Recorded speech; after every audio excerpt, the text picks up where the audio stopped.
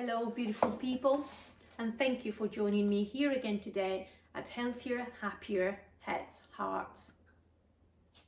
As you all know by now, we're here promoting mental health, and we do so from the perspective in which the soul, the mind and the body are closely linked together, and if we neglect one of those aspects, then we can't truly become healthy or happy. As I always say, we maintain an attitude of love, respect and acceptance, and that's simply because those are the best ingredients to help people with mental health problems, better than any therapy or any medication. And interestingly, we all can provide those ingredients. We can all treat people with love, respect and acceptance and help them that way. Just to clarify, as some of you have asked me, the purpose of these videos is not that we can all now diagnose mental health problems. The purpose of these videos is that we all have a better understanding of mental health problems, and sometimes just understanding it is sufficient for us to become happier and healthier. Just understanding why we do or don't do things, what our weaknesses may be and how we do something about it. Sometimes that's just enough. Sometimes the presentation is more severe, and having a better understanding gives us a clue as to whether we should be getting help. And what that help might be, I'm not advising anything in particular. You know, whether you go to services and just have therapy, or whether you go to GP and the GP prescribes medication. You know, there's many different possibilities.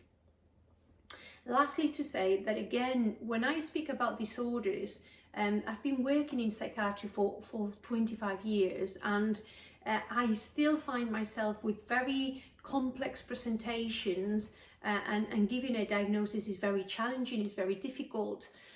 So as you can imagine, each of us is a different individual with our different things that we bring into place. So therefore, when I speak about disorders, I generalize what the disorder is like and how it presents. But that doesn't mean that if you don't tick all the boxes, you don't have the disorder, or if it's not as severe, you don't have the disorder. Even if you have the disorder, if the disorder is severe, if you find yourself being happy with who you are and the way you are, then you don't need to do anything regardless of whether you have any disorder or not. But if you're struggling, if you're unhappy, if something is missing, if you don't quite understand, if you're not quite happy, then that's when you need to either understand it better or go and ask for help. You may need therapy, or you may benefit from therapy or from medication or whatever. The purpose of these meetings is that we understand mental health better, so we can help ourselves and help others more.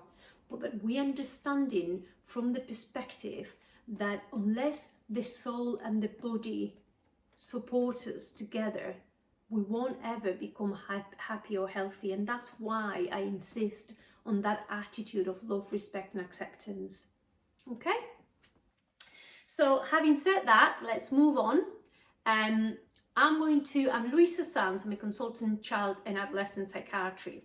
And even though I said last time that I was going to speak today about more ADHD with comorbidities this time, with autistic spectrum, with eating disorders, with depression, I thought that it's going to be difficult for you to understand the comorbidities when we haven't spoken about the disorders yet.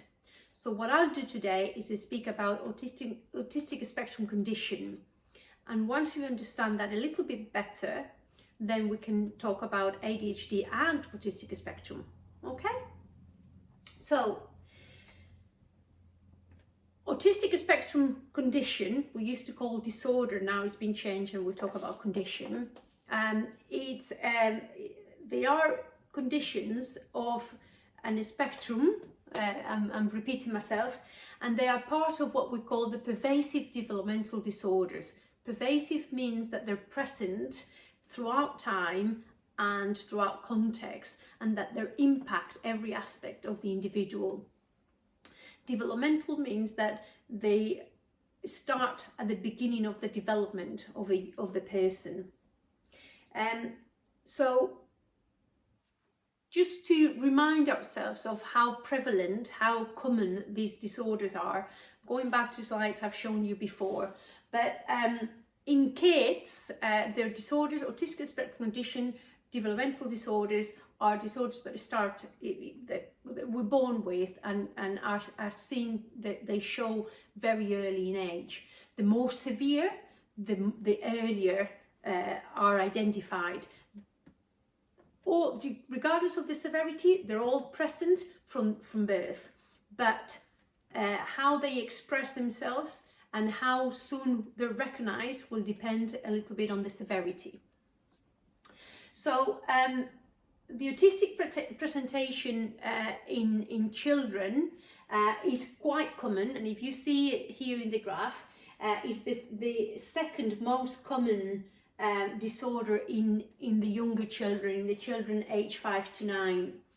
In the children that are 10 to 14, is still the second, third most common disorder. Particularly in boys, is seen more often, is more common. And then in the older children, 15 to 17, it's still the same, equally common, but other disorders have taken over, being more common. Other disorders like depression, anxiety, and phobias. ADHD, as I mentioned last week, has been the most common by far. In adulthood, autistic spectrum condition it continues being just as common as it was, because it's a disorder that remains for life. But other disorders in adulthood, like depression, anxiety, as you see here, they start being more common. So in adulthood, other disorders are more common. But whoever had autistic spectrum condition as a child will have it for life. It's the disorder that remains. So what are the symptoms of this disorder? They presented not symptoms as such. We talk about clusters. And the clusters of symptoms are related to, one, the social interaction, the social communication, the language development and the language expression, and the repetitive behaviors. Those are the three main clusters. 20 years ago, we used to talk about autism and Asperger's syndrome. We don't talk about that as such anymore. We talk about the autistic spectrum condition now. But just to try and be clear and simplify things, if we had to say autism is in the severe side of the spectrum and Asperger's is on the milder, on the least severe side of the spectrum. In the spectrum is a continuum of different degrees of severity. Again, just to say, to clarify and simplify, in the more severe, in the autism, we would have difficulties in the three clusters I've mentioned, but in the Asperger's syndrome, they tend to have difficulties in 2 out of the 3 clusters, and those are the social communication and the social interactions and the language. And the behaviors, but not on the language. Right, so the cases, the presentations, the young people that come to our services in CAMS, in mental health, don't tend to be the most severe. The most severe kids with autistic spectrum condition have been identified at very early ages, 2, 3, 4, 5 years old, and will most likely be under pediatricians.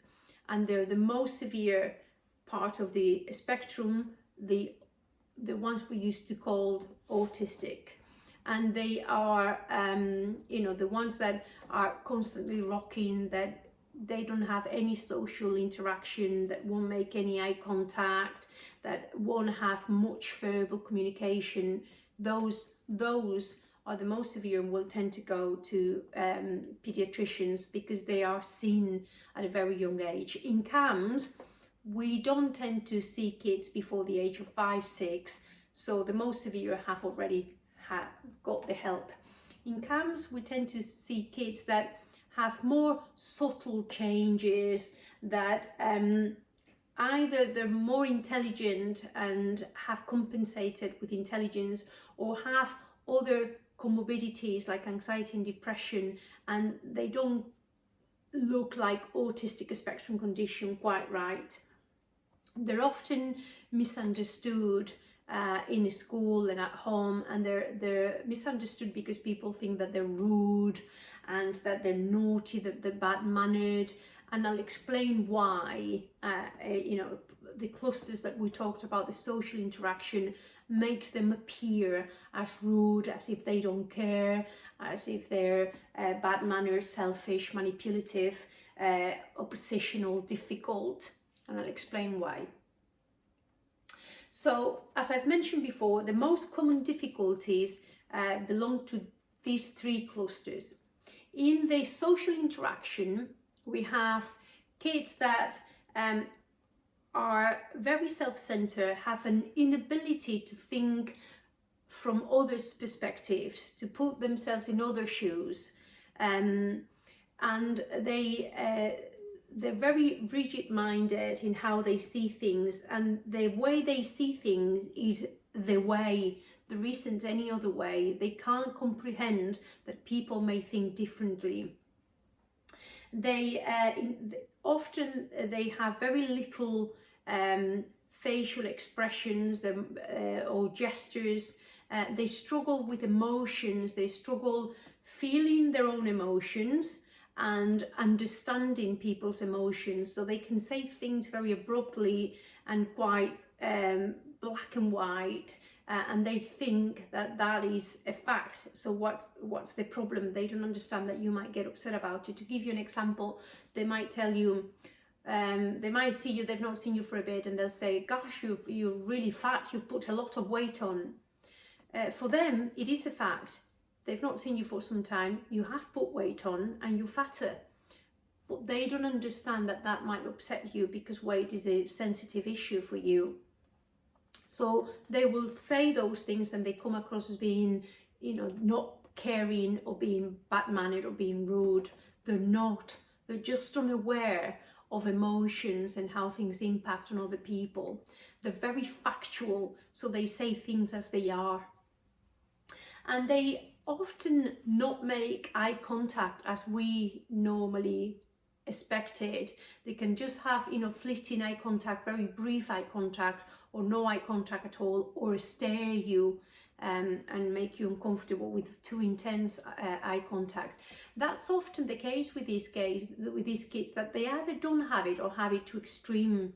So, you know, with for example, emotions, they either are very flat and don't show any emotions, or they can be very extreme and have a huge tantrum and be very loud and lose control completely. And there seems to be those two extremes. So that's in terms of the social interaction, that difficulty, that being very self-centered, difficulty understanding others' point of view, others' emotions, others' views. In terms of the language, they're very black and white, they're very literal. If you tell them I'll see you at 5, they expect you at 5 o'clock, not 1 minute past 5. Remember what I've just said at the beginning of this video. I am going to tell you things in the most severe case, maybe very extreme, for you to understand it. But it doesn't have to be, all of these doesn't have to be present for them to be in the spectrum. Okay, they're clusters of symptoms, and they're, you know, general presentations. So they're very black and white, they're very rigid, they're very literal. The conversations with them tend to be one way. They're interested in something, they want to know about it. They tend to be very factual, they want to learn things. They're not interested about how you're feeling about your life. They're interested in what they're interested in, and they will talk a lot about whatever their interest is. And we call about one-way conversation, very them, rather than a give and take in a conversation. Their tone of voice can be unusual, so it can be very flat, very robotic, very monotonous, but they can also suddenly become very loud and be very exaggerated as well. That can be the case as well. The vocabulary they use can be very, very adult-like from a very young age, because they read a lot and they can read a lot, and they are very factual, so they learn words about facts and about whatever their interest, and and they will use those words in normal conversation, which maybe it sounds a little bit either, as I said, very adult-like or a little bit out of context. They're very literal in the language, and that means that sometimes they don't get humor, because whatever you say, they take it literal and they don't get humor. But I've also known many kids in the spectrum with a very good sense of humor, and it's almost a learned skill. Sometimes it's not a natural skill, but it's a learned one, and they know what makes people laugh, and they become very good at it. Lastly, the third cluster is the behaviors. And in terms of the behaviors, they have repetitive behaviors. So the people that, as I mentioned, they have narrow interest, they have narrow hobbies, and they become very obsessed with those, to the point that they're constantly on those.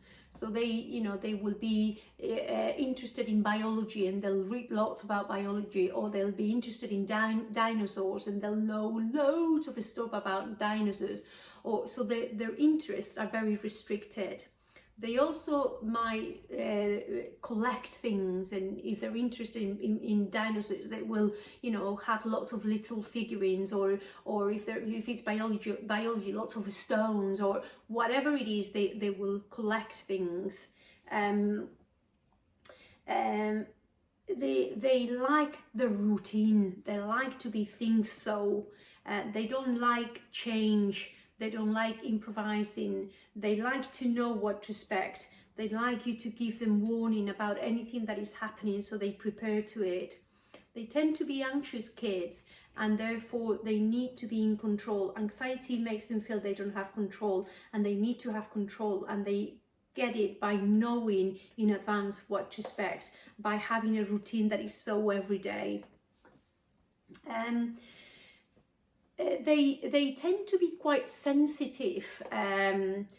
We call it sensory sensitive, and so sensitive to smells, sensitive to noise. They can't be doing with loud noises. Sensitive to feel, and sometimes they will like the same clothes all the time. If one piece of clothing feels comfortable, they will wear that until it's too small and it doesn't fit them at all.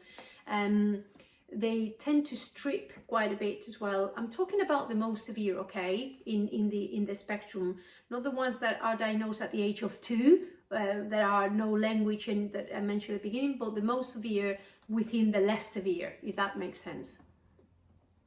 Yeah, so very sensitive in terms of sensory sensitive. In every sense. They feel the auditory, visual, smell, feeling, and they can be clumsy. They seem to, the motor coordination seems to be a problem in many of them. Those, as I say, not all of them need to be present for the kid to be in the spectrum. To give the diagnosis, you've got to have social difficulties, language difficulties, and issues with behaviors in terms of being repetitive or obsessive. Sometimes they're so obsessive that they warrant a diagnosis of obsessive compulsive disorder on its own. Okay, so associated difficulties, they're not part of the cluster, but their associated difficulties include aggressive behavior, because when things don't go the way they expected, because they don't understand the world, they can get very frustrated and have a tantrum, which is almost comes from inside. It's almost an internal frustration, and they show it with aggression. They might have repetitive motor patterns, and they might do the rocking, or they might do certain behaviors that get quite repetitive. I've mentioned the muscle coordination being poor. I've mentioned that they tend to be very anxious kids, and to be honest with you, even though that's not part of the cluster symptoms, I'm yet to see a kid in the spectrum that doesn't suffer from anxiety. I'm yet to see one. The depressive mood, and that's an interesting one, because they struggle with emotions, so they often don't know whether they're happy or sad, or they think they know, they learned how it looks like, they learn what we tell them, but they can't really quite feel the emotions themselves. Because of their ongoing lack of understanding of the world, understanding of people's behaviors, they can develop a depressive illness, feeling quite isolated and almost aliens, and that makes them feel unhappy and depressed. And if they are depressed, the depression can be severe, and they may have suicidal ideation, and it might be very difficult to compromise with them to have treatment or whatever, because they're very black and white. And things that work with the majority of people, when you say, right, well, you know, you wouldn't kill yourself because you love your family, you wouldn't do that to your family. With them, because they don't empathize, they struggle with that, it's sometimes very difficult to keep them safe. All right, so I've mentioned the sensitivity to noise and the obsessive intrusive to sometimes their thoughts. Obsessive and intrusive thoughts sometimes are acts. Okay. Right, so the diagnosis is given on the basis of the presentation and the history of the presentation, making sure that it's pervasive. There are some questions that help us. There are some investigations, something called the ADOS, which is an observation of the young person, and we'll look at all those aspects of cluster symptoms that we were talking about. And the treatment, there's no treatment and medication for autistic spectrum condition as such. With ADHD, there are loads that work really, really well. They're very, very efficient. With autistic spectrum, there isn't medication for the disorder, for the condition, but there is medication that helps with some of the aspects of the presentation. And there are some medications that are antidepressants with anxiolytic effect that works really, really well in young people within the spectrum. I've seen major changes because kids relax, feel a little bit calmer, a little bit better. They don't have the need for that control. They don't have to, things don't have to be so. And then because they can chill and relax a little bit, feel a bit less anxious about everything around them, then they're happier, they get better, and that enables them to do more things in life, because often they don't want to go out, they don't want to be with people, they don't want to try new things because it causes them too much anxiety, too much distress. But when they take this medication, then they can do lots of things that they wouldn't have normally done. Again, as I said at the beginning of the video, I don't promote medication or treatment. That's not the purpose of this video. But if you have a member of your family, a son, a daughter, you know, someone that you know that they are in the spectrum and they're not happy because their life is too restricted because of how anxious and rigid they are, maybe understanding it, you know, from today's chat is already help enough.